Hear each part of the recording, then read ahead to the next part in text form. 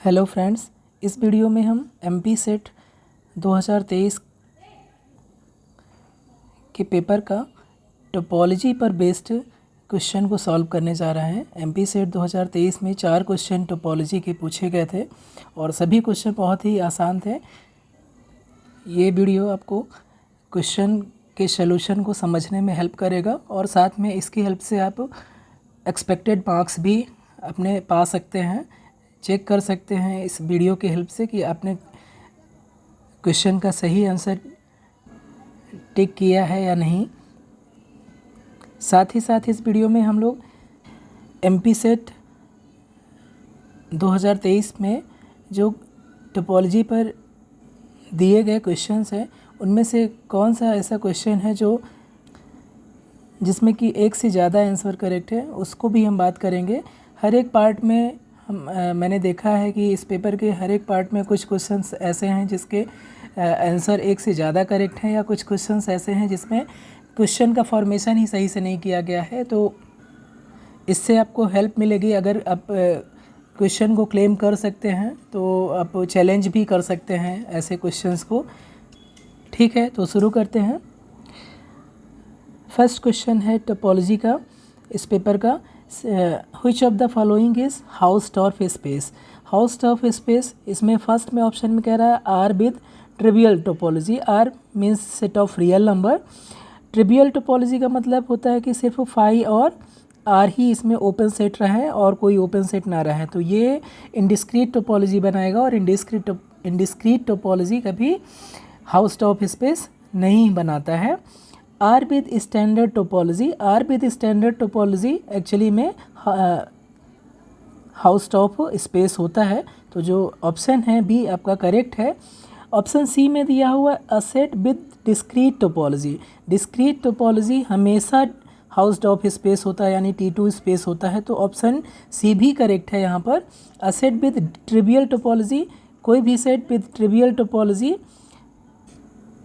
हाउसटॉर्फ नहीं होता है, तो ये ऑप्शन इनकरेक्ट है। फर्स्ट ऑप्शन भी इनकरेक्ट है।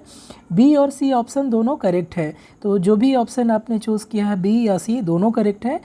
अब ये डिपेंड करता है पीएससी पर, एमपी पीएससी पर कि किस ऑप्शन को वो करेक्ट बनाता है, लेकिन टेक्निकली मैथमेटिकली दोनों आंसर करेक्ट है। तो अब चाहे तो चैलेंज भी कर सकते हैं, तो ये क्वेश्चन डिलीट हो सकता है, या दोनों ऑप्शन को करेक्ट माना जा सकता है, जिससे कि जो भी स्टूडेंट बी या सी ऑप्शन चूज़ किए होंगे उनको मार्क्स मिलेगा, और ए और डी वाले ऑप्शन को चूज़ अगर कोई करेगा स्टूडेंट तो उसमें मार्क्स नहीं मिलेगा। नेक्स्ट प्रॉब्लम है कि two topological spaces X tau X and Y tau Y are homeomorphism if F is function from X to Y. B homeomorphism कब कहेंगे? जब function F X to Y bijective हो, continuous हो और उसका inverse भी कंटिन्यूअस हो। Means first option में देखिए continuous function that preserves distance. तो continuous function that preserves distance, अगर प्रिजर्व करता है डिस्टेंस तो वो बाई कंटिन्यूअस हो जाता है, लेकिन ज़रूरी नहीं है कि वो बाइजेक्टिव हो। तो ए ऑप्शन आपका इनकरेक्ट है। सेकेंड ऑप्शन में कह रहा है bijective continuous function with the continuous inverse, तो ये ऑप्शन आपका करेक्ट हो जाएगा। बाइजेक्टिव फंक्शन कह रहा है कंटिन्यूअस है और उसका इन्वर्स भी कंटिन्यूअस है, यानी बाइजेक्टिव और bi continuous function by definition homeomorphism होता है, इसलिए by definition B option correct हो जाएगा। ये सिर्फ डेफिनेशन ही थी। ऑप्शन सी में कह रहा function that maps open set to open sets. ऐसे फंक्शन को जो ओपन सेट्स को ओपन सेट्स पे भेजता है ओपन मैप बोलते हैं, तो ये ऑप्शन इनकरेक्ट है। हमें चूज़ करना है कि जो होम्योमॉर्फिज्म को रिप्रेजेंट करे। Function that maps closed sets to closed sets, ऐसे मैप को बोलते हैं क्लोज्ड मैप, तो ये भी ऑप्शन इनकरेक्ट है। ऑप्शन नंबर बी ही हमारा यहाँ पर करेक्ट। नेक्स्ट प्रॉब्लम है सेपरेबल स्पेस। यहाँ पर सेपरेबल स्पेस की डेफिनेशन पर ये भी बेस्ड है question. Topological space having a countable dense set, ये सेपरेबल स्पेस की डेफिनेशन होती है। सेपरेबल स्पेस बोलते हैं कोई भी टोपोलॉजिकल स्पेस जिसके पास एक काउंटेबल डेंस सेट हो, उसको हम सेपरेबल स्पेस बोलते हैं। तो ऑप्शन नंबर ए करेक्ट हो जाएगा। ऑप्शन बी में कह रहा है topological space having a countable noun dense set, ये इनकरेक्ट है। और topological space having an uncountable dense set, ये भी इनकरेक्ट है। नन ऑफ एबव, ये भी इनकरेक्ट है क्योंकि ऑप्शन नंबर ए हमारा करेक्ट है। तो ऑप्शन ए यहाँ पर करेक्ट है, एक ही ऑप्शन करेक्ट है यहाँ पर। टोपोलॉजी का लास्ट क्वेश्चन था कि अगर X and Y connected spaces हों, ये भी रिजल्ट पे बेस्ड है। अगर एक्स और वाई दो कनेक्टेड स्पेसेस हैं तो then which of the following is true. First में कह रहा है एक्स क्रॉस वाई मीन्स कि Cartesian product of X and Y. तो Cartesian product of finite connected set हमेशा कनेक्टेड होता है। तो यहाँ पर दो कनेक्टेड सेट है या कनेक्टेड स्पेस हैं एक्स वाई, तो उनका प्रोडक्ट भी कनेक्टेड होगा। तो ऑप्शन ए यहाँ पर करेक्ट है। ऑप्शन बी इनकरेक्ट है।